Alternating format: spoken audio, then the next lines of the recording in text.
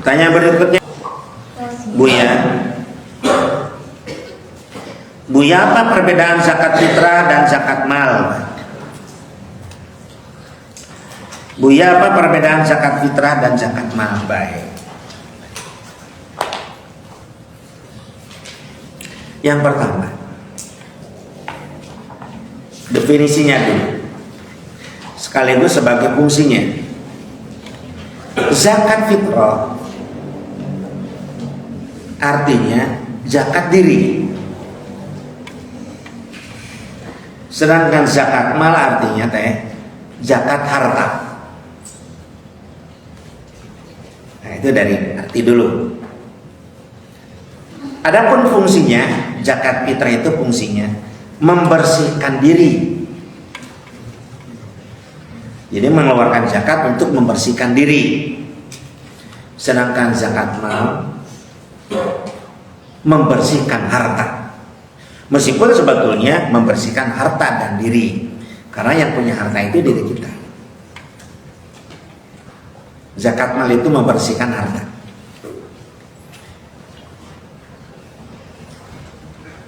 Dua itu ya. Tiga, zakat fitrah itu santri, teteh yang nanya terutama, hanya ada di bulan Ramadan. Tidak ada zakat fitrah di luar Ramadan, baik sebelum Ramadan atau sesudah Ramadan. Pas malam takbiran saja itu sudah tidak bisa mengeluarkan. Pas malam takbiran, pas sudah selesai saja apa itu? Sholat sunat Idul Fitri sudah sedekah biasa. Jadi mengeluarkan itu adalah pas masuk bulan suci Ramadan sampai selesai melaksanakan sholat sunat Idul Fitri. Nah, makanya sholat sunat Idul Fitri itu disyariatkan dalam agama kita lambat melaksanakannya, agak siang. Untuk apa? Memberikan kesempatan kepada para muzaki, ya, untuk bisa mengeluarkan zakat fitrah. Karena kalau sudah mulai berdiri, didirikan maksudnya Idul Fitri, kita sudah tidak bisa zakat fitrah. Kita tinggal nyesalnya saja. Nah, jadi zakat fitrah itu dikeluarkan pas masuk tanggal 1 Ramadan 2, 3, 4 sampai didirikannya sholat Idul Fitri. Adapun waktunya mengeluarkan zakat mal sepanjang tahun. Muharram, Safar, Rabiul Awal, Rabiul Tsani, Jumadil Awal, Jumadil Tsani, Rajab, Sya'ban, Ramadan, Syawal, Zulqa'dah dan Zulhijjah. Ya, zakat mal itu tidak ada ketentuan waktu yang khusus. Baik, berikutnya. Zakat fitrah itu itu ada nisabnya. Ya. Apa Bu ya? Ya, harta dalam jumlah tertentu sesuai dengan syariat. Itu nisab. Jadi nisab itu jumlah harta dalam jumlah tertentu yang harus dikeluarkan zakatnya. Itu nisab. Nah, untuk zakat fitrah tidak ada nisab. Tidak ada nisab. Sedangkan untuk zakat mal tentu ada nisabnya. Jadi harta ya, dalam jumlah tertentu untuk dikeluarkan zakatnya sesuai dengan aturan syariat. Nah, untuk zakat fitrah tidak ada nisab. Makanya dalam zakat fitrah karena tidak ada nisab, tidak melihat yang kaya, yang miskin, tidak melihat itu. Kita ambil contoh zakat fitrah. Jadi Buya gimana kalau tidak ada nisab? Ya harus mengeluarkan zakat fitrah.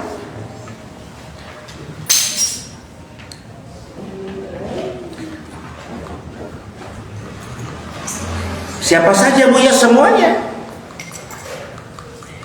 harus mengeluarkan zakat fitrah.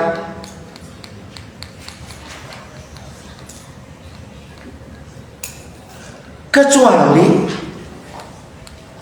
yang besok Idul Fitri memang tidak ada makanan apa-apa, atau hanya untuk satu kali makan. Kalau kita berumah tangga misalkan bertiga, suami istri dan anaknya, kata istrinya, bang, abang mengeluarkan zakat fitrah nggak sekarang? Aduh, dari mana kita deh keluarkan zakat fitrah? Ke istrinya bilang, apa yang harus kita keluarkan? Abang hanya punya makanan untuk besok kita makan, satu kali pagi-pagi aja, untuk kita, untuk adeknya, adek kita maksudnya istrinya, dan untuk anak kita, satu-satunya. Maka itu tidak ada kewajiban zakat fitrah. Tetapi kalau begini kasusnya, untuk besok ada untuk makan, kemudian ada, ya, misalkan di, aduh ya kakak, bobo ya kakak, kak, wah, kasih lah saya, oh ya nak kasih lagi. Udah SD mah jam sampai langkung, untuk SD sok kalau mau mesti kasihan tahajud. Iya, hah? Siapa? Mau rehan sarang harapan, sarang gani di bawah sarang kakak. Jok SD sami, ahwat karo jam 8 langkung, baru.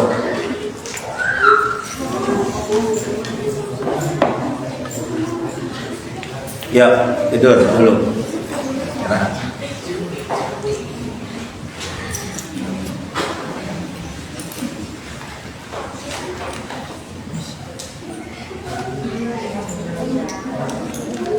Putri eta pirang bobonya, sareng sapa mel, kumaha bobo itu mel. Cenah didinya we mel. Bok istirahat keresan gitu. Yo. Saha? Ada siapa teh? Oh, mohon. Oh iya. Ke atas.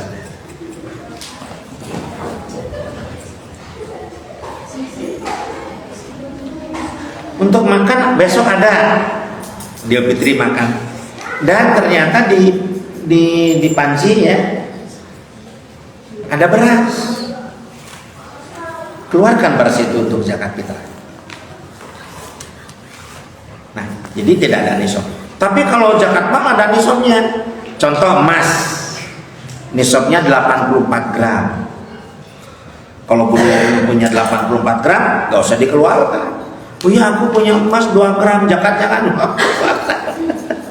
Kalau sudah 84 gram ke atas keluarkan. Buya, apalagi Buya, perak misalkan. Perak itu 600 gram. 600 gram perak. Terus apalagi misalkan nisab untuk ini, nisab untuk pertanian, misalkan gandum, padi, kacang-kacangan, itu 6,5 kintal, 650 kilo harus keluarkan. Kurang dari sana nggak usah. Jadi ada nisab-nisabnya, ya, ada nisab-nisabnya. Kecuali rikaz.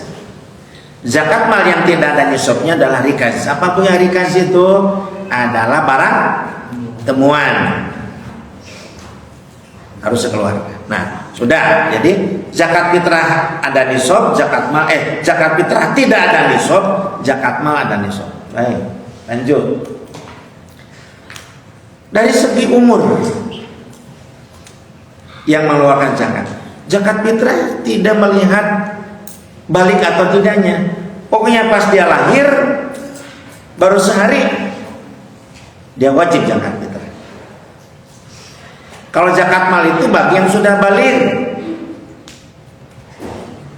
Kalau laki-laki sudah mimpi, kalau perempuan sudah haid. Itu adalah batas mulai kewajiban zakat. Untuk zakat fitrah itu pas lahir dia bayi. Buya kalau bayi gimana zakatnya? Dijakatkan oleh ayahnya, oleh wali. Nah, kalau kalian di sini nanti pas kalian ke lembur gak usah zakat, karena Buya sudah membayar zakat untuk kalian. Jadi sudah dizakat fitrahkan kalian itu oleh Buya. Kadang-kadang berapa puluh karung itu kita kasihkan ke itu ya gelandangan-gelandangan yang ada di jalan-jalan besar. Orang lain kan pada Idul Fitri, mereka jangankan sholat Idul Fitri, jangankan pulang kampung tidak punya saudara. Nah, kita mengasih beras zakat atas nama santri, pengurus dan keluarga Buya dikasihkan ke mereka. Ya, pas malam takbir Buya biasa mengeluarkan zakat fitrah. Yang bayi itu, yang sudah tua renta juga, bahkan yang lagi sakratul maut, gitu ya. Zakat kan sakratul maut. Kalau zakat mal itu untuk yang sudah baik. Paham? Baik.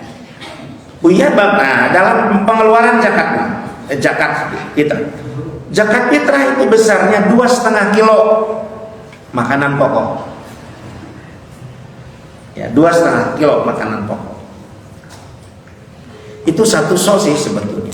Buya hitung-hitung satu sos itu 2,1 kilo. Ya, untuk membulatkan supaya kita ikhtiar kehati-hatian, ya. Maka kita ke ataskan jadi 2,5 kilo gandum, 2,5 kilo beras. Zakat fitrah itu rata. Kalau kita misalnya di rumah anggota keluarganya, ayah, ibu, anaknya ada 4 misalkan, bahkan yang satu yang bungsu bayi, 4 sama 2, 6 kalikan 2,5, berarti 15 kilo keluarga itu mengeluarkan zakat fitrah. Adapun kalau zakat mal itu santri mengeluarkannya ya 2,5%. Emas, perak, zakat penghasilan. Zakat penghasilan itu berapa Bu? Yang konversi ke emas.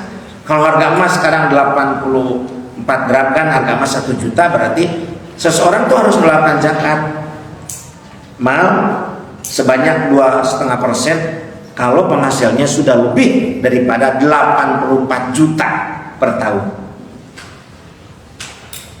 Kalau belum 84 juta per tahun, nggak usah. Jadi mengeluarkannya itu begitu, 2,5%. Kecuali pertanian. Zakat pertanian ada yang 5%, ada yang 10%. Buya, apa bedanya? Nah, kalau 5% itu 5% mengeluarkan zakat mal dari pertaniannya, dari padi gitu, dari apa ya? Dari buah. Kita buah-buahan itu dikeluarkan dari buah anggur, buah apel atau apa saja. Kalau pada saat pengurusan tanaman itu menggunakan biaya irigasi misalkan, bayar air kita untuk, maka keluarkan 5%. Tapi kalau tak ada hujan, artinya nggak usah beli, nggak pakai irigasi, maka keluarkan zakat pertanian itu 10%. Itu zakat mal. Kemudian kalau rikaz, harta temuan, di samping tidak ada nisab, mengeluarkannya 20%. Contoh misalkan, ada santri Buya nemu uang di satu tempat di jalan raya misalkan, 1 juta uangnya, 10 lembaran gambar Mas Soekarno dan Muhammad Hatta. Awas, jangan pakai alhamdulillah. Alhamdulillah emang itu. Salah ya.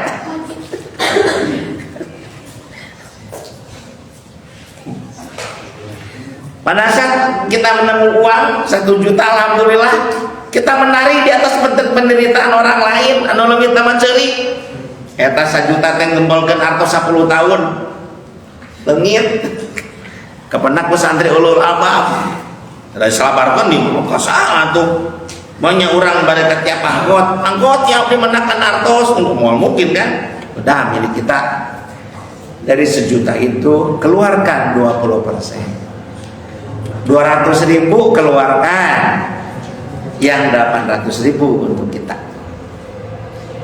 dikaji. Ya, kemudian zakat-zakat yang lain itu ada pengeluarannya seperti itu. Baik, lanjut.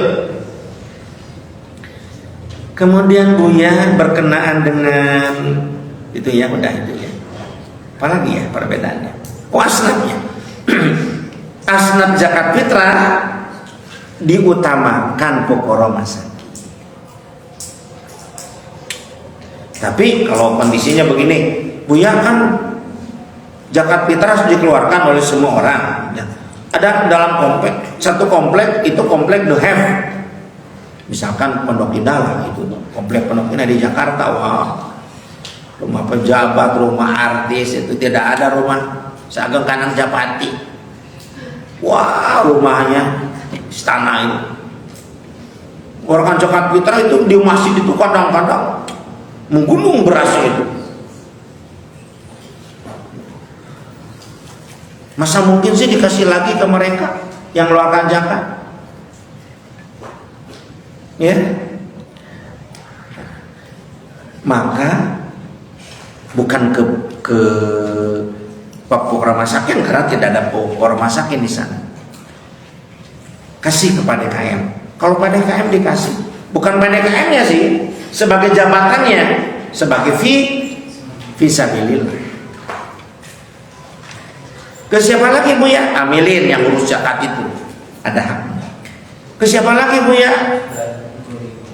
Ibnu Sabil, anak-anak pesantren yang tidak dikasih bekal oleh orang tuanya ngaji di suatu tempat, dibayarkan ke pihak pesantren sebagai Ibnu Sabil atau rekop dan sebagainya. Karena memang pokok rumah sakit di komplek itu tidak ada. Boleh. Jadi zakat fitrah boleh untuk yang 8 asnaf. Nah, kalau zakat mal itu 8 asnaf full gitu. Ada fuqara, ada miskin. Apa Bu yang fuqara itu? Wah, miskinnya benar-benar miskin. Rumahnya SSSSSS. Rumahnya sangat sempit, sisi solokan, serap deh abus asup karena pantau SSSSS. Kalau itu fuqara, kalau miskin ada lumayan lah, dapat pekerjaan, penghasilan tapi tidak cukup, itu miskin. Fuqara itu sudah pekerjaan tidak ada, anaknya banyak, wah gegetre tuh loh. Iya, si fuqara, masakin, amilin. Siapa amilin? Yang ngurus zakat, yang datang ke rumah-rumah, Bu, zakatnya, menghitung, manggul beras dan sebagainya, itu namanya amilin. Amilin yang betul-betul ngurus. Amin. Kemudian juga yang berikutnya adalah gorimin. Apa yang gorimin? Orang yang banyak utangnya, tapi bukan utang bekas judi online. Wah, tak dibere no gitu mah. Memang betul-betul utang bekas makan sehari-hari, tidak ada. Kasih untuk dibayarkan utangnya dari zakat. Apalagi Bu ya? Ibnu Sabil yang qabul ilmu tidak punya bekal.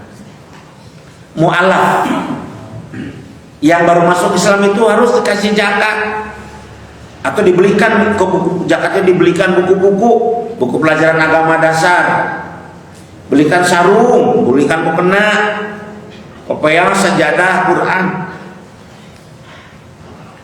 kasih uang supaya dia senang masuk Islam. Mu'alaf.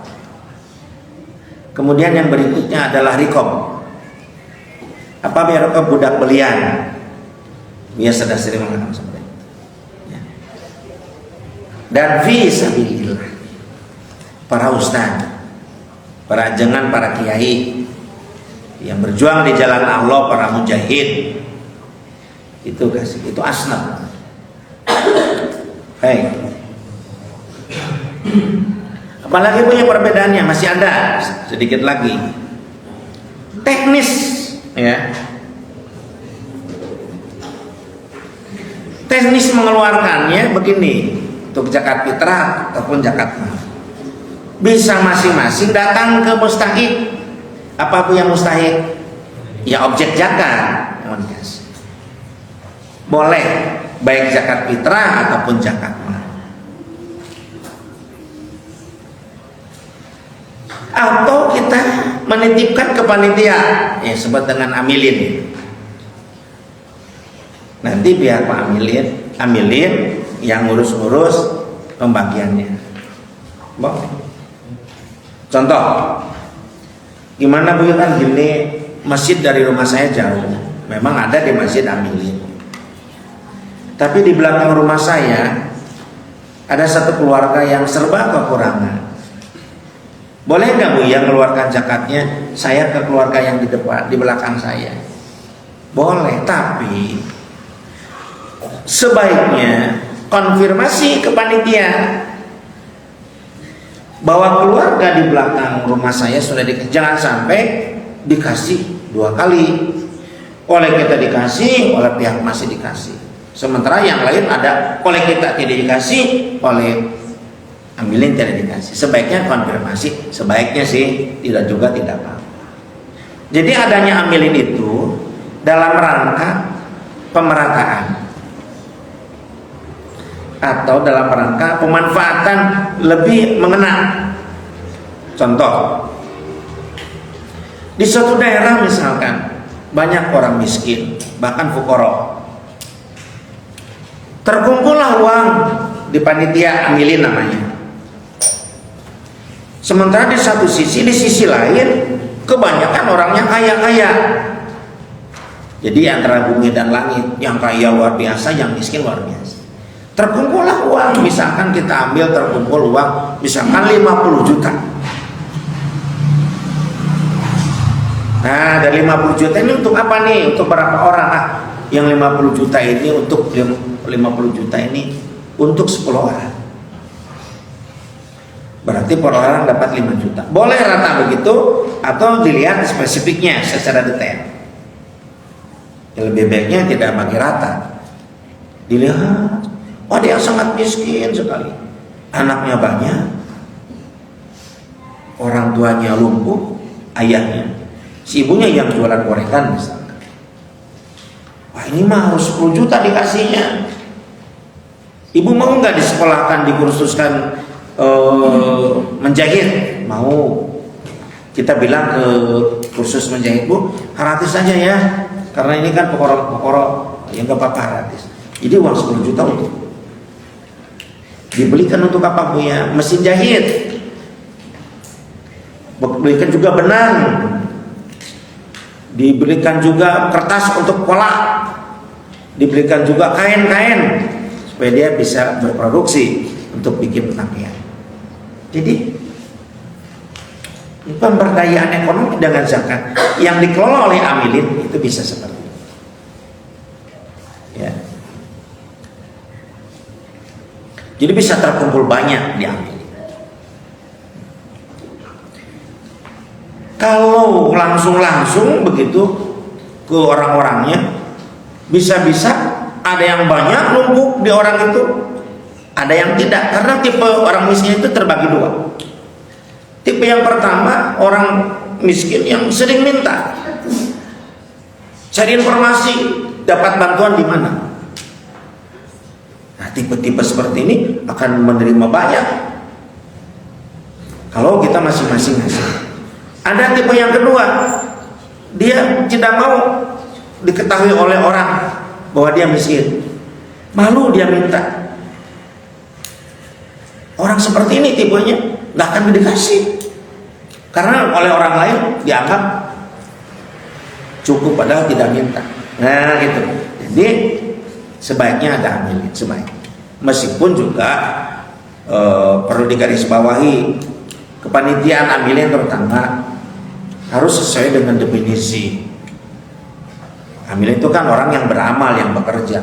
Pendataan masyarakat, datang ke masyarakat, ngasih brosur-brosur tentang pentingnya mengeluarkan zakat. Kalau tidak zakat adalah dosa, gitu ya. Membujuk supaya dia mengeluarkan zakat. Karena ada juga, Buya kan dulu jadi panitia, baru juga datang kita sudah langsung pintu digeblok, ditutup dengan keras, tidak mau menerima petugas zakat. Akhirnya dia tidak mau dikasih. Nah, kita ketuk-ketuk pelan-pelan, Bu, sebetulnya kita ini akan menolong ibu. Maksudnya apa? Ya kalau zakat tidak dikeluarkan, ibu mau makan api neraka. Itu Itu hak orang lain, Bu. Oh, baru dia buka pintunya. Kita cerita-cerita. Terus kita datang bawa manggul beras ya, Pak. Bahkan sampai malam kita, wah, panitia itu capek. Ya memang karena Allah. Berhak mereka mendapatkan. Tapi Buya pernah,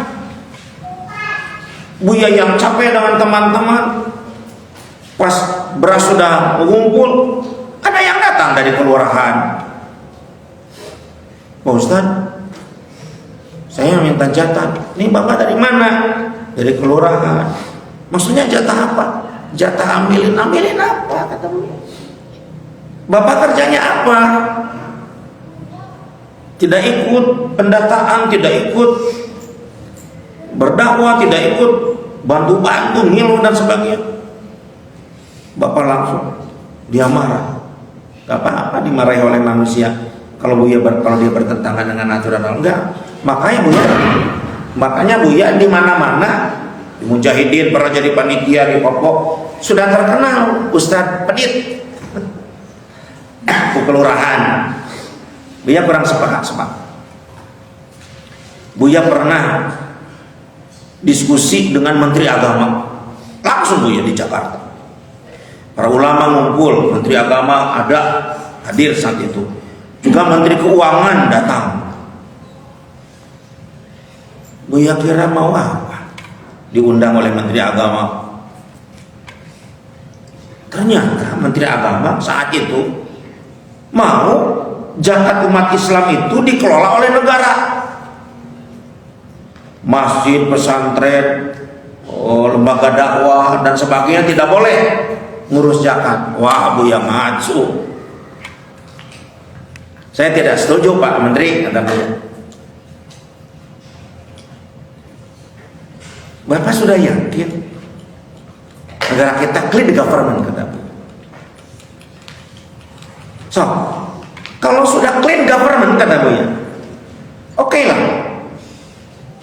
Waduh, kata Buya, jangankan uang zakat, uang yang sudah ada catatannya, RAPBD, RAPBN dikorupsi oleh koruptor, apalagi uang zakat, kata Buya. Gak ada juntrungnya nanti, jangan-jangan zakat jadi ceket, zakat jadi cukut, kata Buya. Wah, para ulama ngacung sama, bubar saat itu dengan catatan negara gak mungkin megang. Belum clean government, belum bersih negara kita, masih kotor tentang tanggung jawabnya memegang harta rakyat. Jangankan harta umat, harta rakyat pun sudah gak mampu. Ya, nah, jadi itu teteh ya perbedaan antara zakat fitrah dengan zakat.